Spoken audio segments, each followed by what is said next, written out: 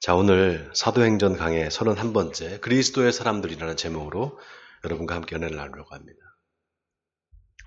하나님께서 아브라함한테 네 후손이 하늘의 별과 같이 바다의 모래와 같이 많아질 거다. 네 후손을 통해서 천하 만만이 복을 받을 거다. 내가 네 이름을 창대케 하려니 너는 복이 될지라 이렇게 말씀하시잖아요. 하나님께서 아브라함에게 약속하신 복, 그 복은 뭘까요? 그 복은 복의 통로가 되는 복입니다. 복의 통로가 되는 복. 이사야서 11장 1절에 보면 이새의 줄기에서 한 싹이 나며 그 뿌리에서 한 가지가 나서 결실할 것이다 이렇게 말합니다. 결국 복의 통로가 돼서 예수 그리스도를 낳게 하고 그 예수 그리스도를 통해서 모든 사람들이 다 구원을 받을 거다 이 말씀이잖아요. 하나님을 믿는 저와 여러분한테도 똑같은 하나님께서 약속을 해주십니다. 바로 복의 통로가 되는 복이에요. 바로 저와 여러분을 통해서 한 영혼이 구원받게 하신 그 복입니다. 스데반 집사의 순교 이후에 예루살렘 교회가 핍박을 받고 성도들이 다 터집니다. 근데 그게 오히려 전화위복의 계기가 돼요. 흩어진 사람들이 이방인들에게 복음을 전하게 됩니다. 오늘 본문 19절에 보면 흩어진 자들이 베니게와 구브로와 안디오까지 이르러 유대인에게만 말씀을 전하는데 그 중에 구브로와 구레네 몇 사람이 안디옥에 이르러 헬라인에게도 말하여 주 예수를 전파하니 이렇게 나와 있습니다.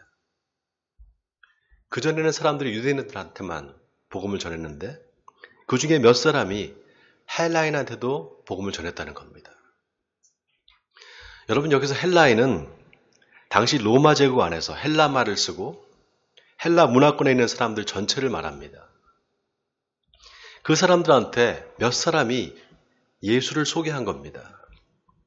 근데 놀랍게 수많은 사람들이 믿고 주께 돌아왔더라 이렇게 나와 있습니다.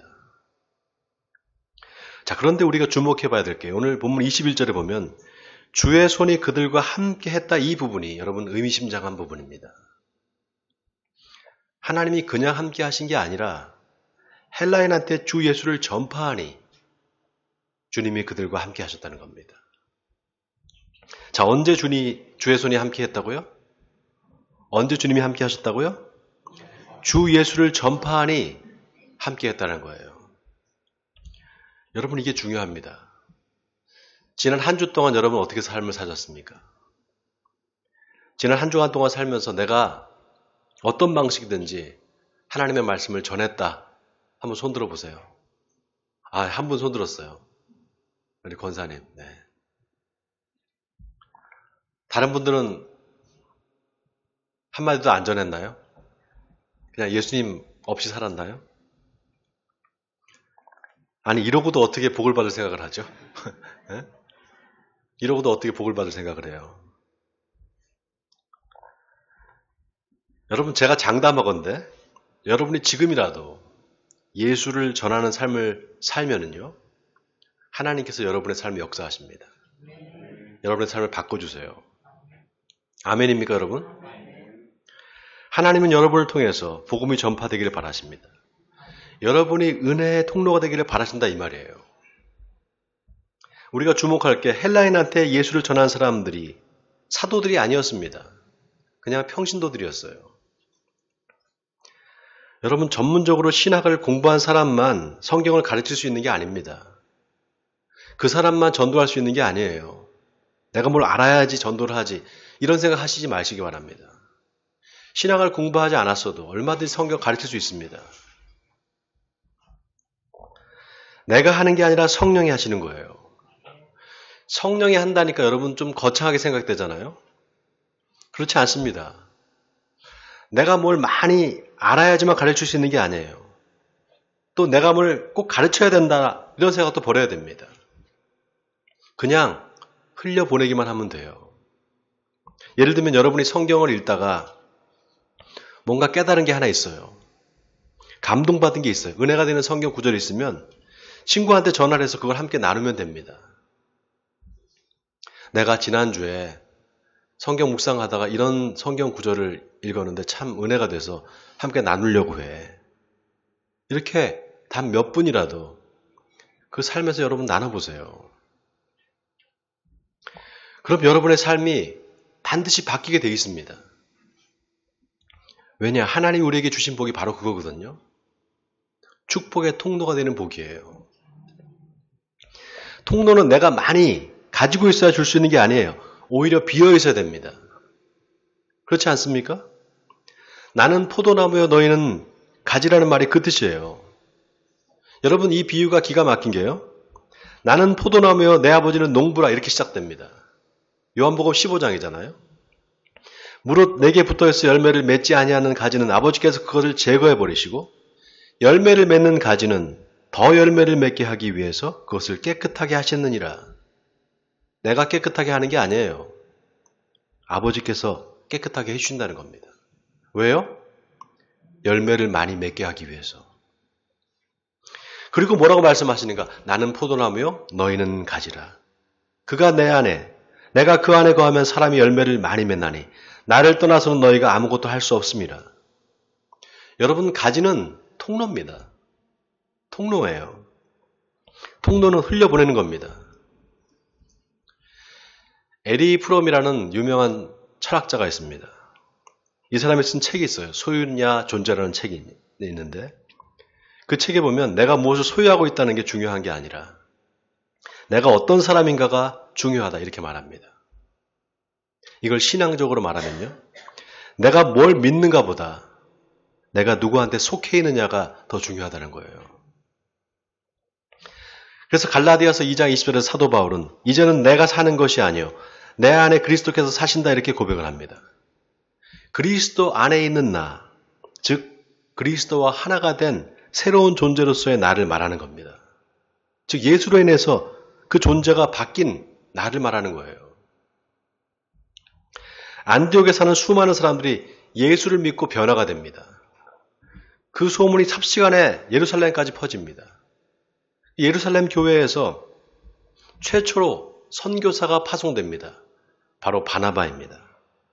오늘 본문 23절에 그가 이르러 하나님의 은혜를 보고 기뻐하여 모든 사람에게 굳건한 마음으로 주와 함께 머물러 있으라 권하니 바나바는 착한 사람이요 성령과 믿음이 충만한 사람이라 이에 큰 무리가 주께 더하여지더라 이렇게 나와 있습니다. 여러분 하나님의 역사는요 사람을 통해서 전해집니다. 사람을 통해서 일어나요. 그래서 한 사람의 영향력이 얼마나 큰지 모릅니다. 근데 또 하나 하나님의 일은 혼자서 할 수 없습니다. 혼자서 하는 게 아닙니다. 함께 하는 겁니다. 오늘 바나바가 탁월한 게 다소에 머물고 있던 사울을 찾아갑니다. 그리고 만나서 둘이 같이 안디옥으로 돌아옵니다.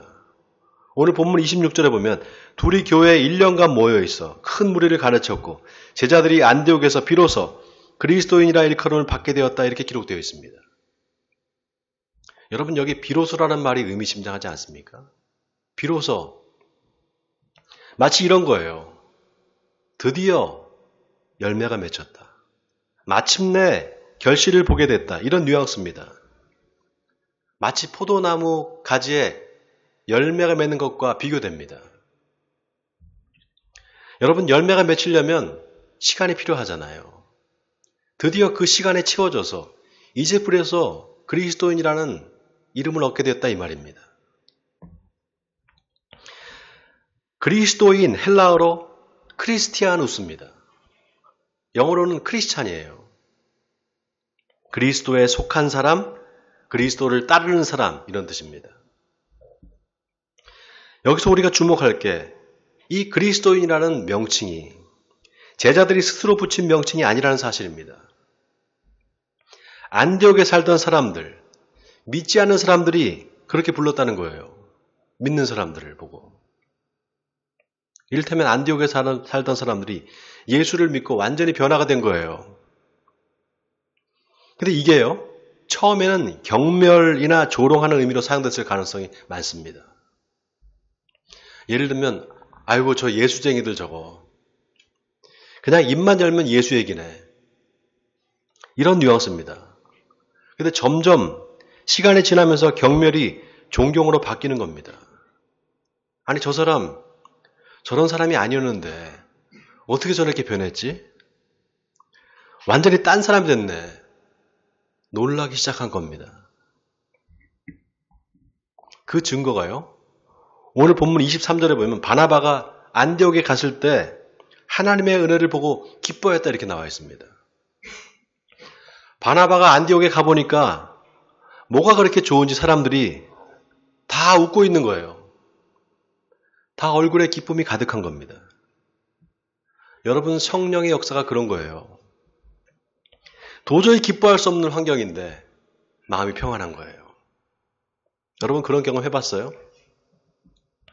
당장 내일 먹을 게 없어요. 근데 걱정이 안 되는 거예요. 그런 경험 안 해보셨죠?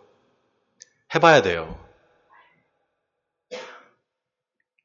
환경을 봐서는 도저히 감사할 수가 없는데 그냥 내 마음이 평안한 이 느낌. 이거 경험해봐야만 알 수 있습니다. 왜 걱정이 안 될까요? 하나님이 함께 하신다는 걸 믿기 때문입니다.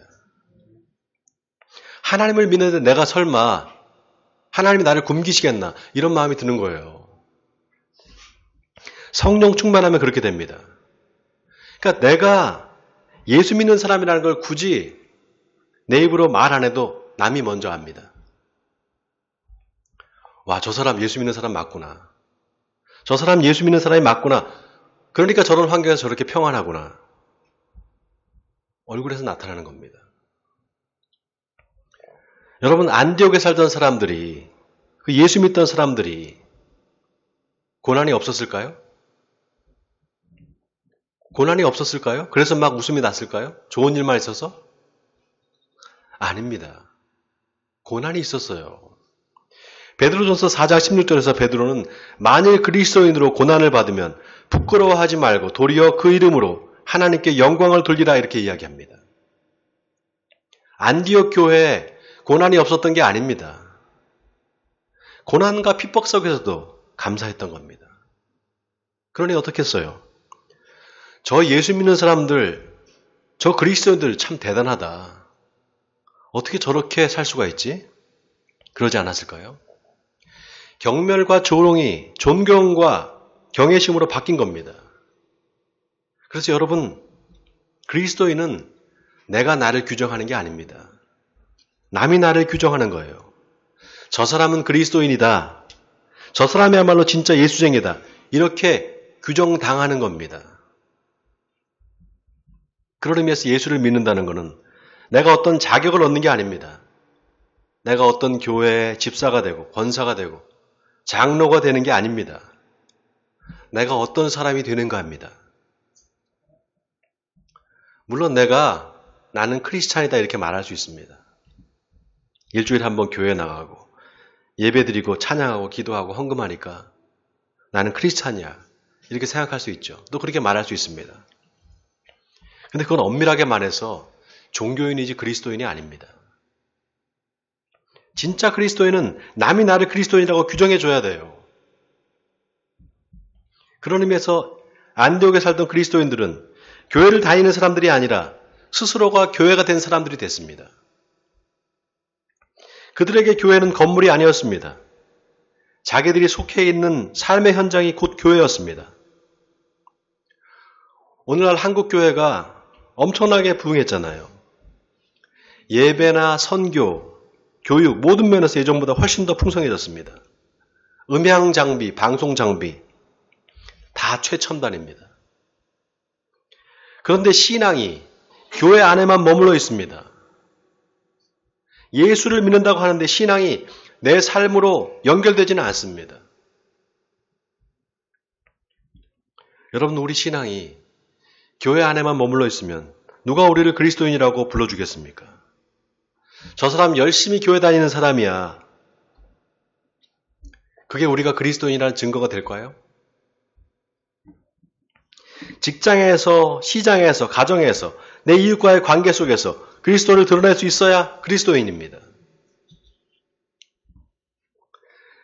제가 대학교 1학년 때 예수님을 만났다 그랬잖아요. 인격적으로 예수님을 영접하게 됐어요. 한동안 성경만 보면 눈물이 나는 거예요. 계속해서 회개가 나왔습니다. 그리고 제 삶이 180도로 변했어요. 제가 변하니까 다 가족들이 예수를 믿게 됐습니다. 학교 가면 친구들이 너 뭐가 그렇게 좋아서 그 실실 웃고 다니냐? 뭐가 그렇게 기뻐? 그때부터 제 별명이 목사님이었습니다. 나중에 목사가 될 거야, 형. 너무 놀라운 게요. 지난주에 하도 더워서 우리 목사 동기들하고 같이 속초에 갔어요. 1박 2일 속초를 갔는데 밤에 갔어요. 내린천 휴게소에서 밥을 먹으려고 이렇게 갔는데 누가 범서요? 그러는 거예요. 뒤를 돌아봤더니 대학 후배예요. 근데 보니까 형이더래요. 금방 알겠더래요. 형 목사 된 거 알고 있어 그러더라고요. 그러면서 형 목사가 정말 잘 어울려. 저한테 그런 소리 하더라고요. 너무 반가웠습니다. 여러분, 주 예수를 믿으라 그리하면 너와 내 집이 구원을 얻으리라. 여러분, 이 말이 그냥 나온 게 아닙니다. 그냥 나온 게 아닙니다. 고넬료의 가정을 보세요. 고넬료를 통해서 가족과 친척과 주변 친구들이 다 구원을 받잖아요. 여러분도 그렇게 돼야 됩니다. 아멘입니까? 나를 통해서 한 사람이 주님께 돌아와야 돼요. 여러분이 통로가 돼야 된다 이 말입니다. 그렇게 되면 어떻게 되느냐? 하나님이 여러분을 깨끗하게 구별해 주십니다.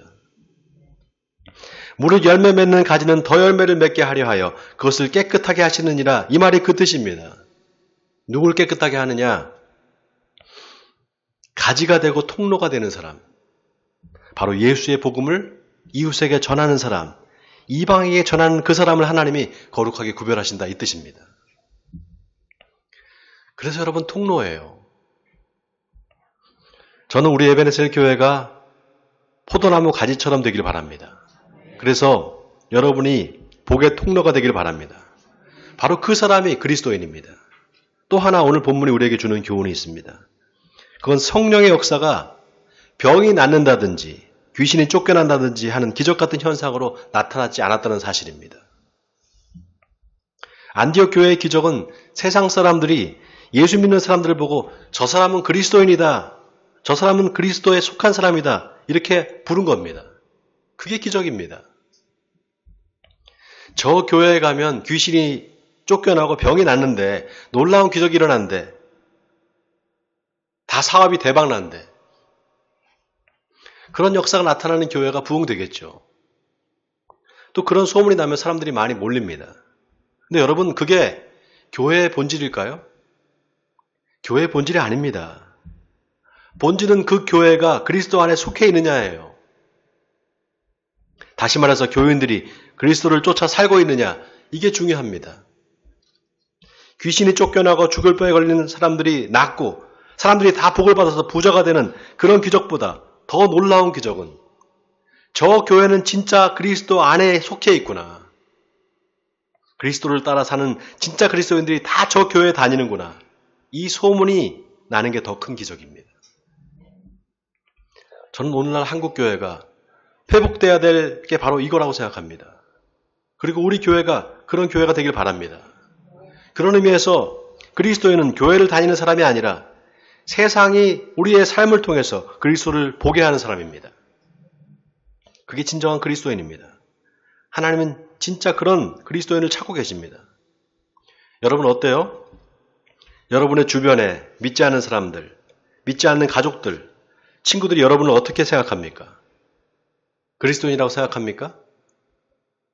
저 사람 예수 믿는 사람이야. 저 사람 그리스도인이 맞아. 라고 인정합니까? 아니면 저 사람이 무슨 예수 믿는 사람이야. 혹시 그런 평가를 받지는 않습니까? 만약 그런 평가를 받는다면 여러분은 지금 통로가 되지 못하고 있는 겁니다. 자, 하나님이 누구한테 함께 하신다고요? 누구와 함께 하신다고요? 복음을 전하는 사람. 그 사람과 함께 하세요. 오늘 본문 21절에 주의 손이 그들과 함께 하심에 수많은 사람들이 믿고 주께 돌아오더라 이렇게 나와 있습니다. 자, 여기 그들이 누굴까요? 바로 헬라인한테 예수를 전한 사람들입니다. 이거를 우리 교회의 상황에 맞춰서 한번 제가 이야기를 해볼까요? 우리 교회에 다문화 가정들이 있잖아요. 우리 레아, 리카 오늘 둘 다 안 왔네. 대신에 우리 앤이 왔어요. 우리 육기상. 옛날로 치면 다 헬라인들이나 마찬가지예요. 그렇지 않아요? 말도 다르고 문화도 다른 데서 살다가 한국에 온 겁니다. 그리고 이제 우리 에베네셀 교회 공동체에 들어오게 된 거예요. 여러분 이게 우연이라고 생각하세요? 우연이 아닙니다. 하나님의 섭리가 있는 거예요. 우리 교회가 안디옥 교회라고 한번 생각해 보세요.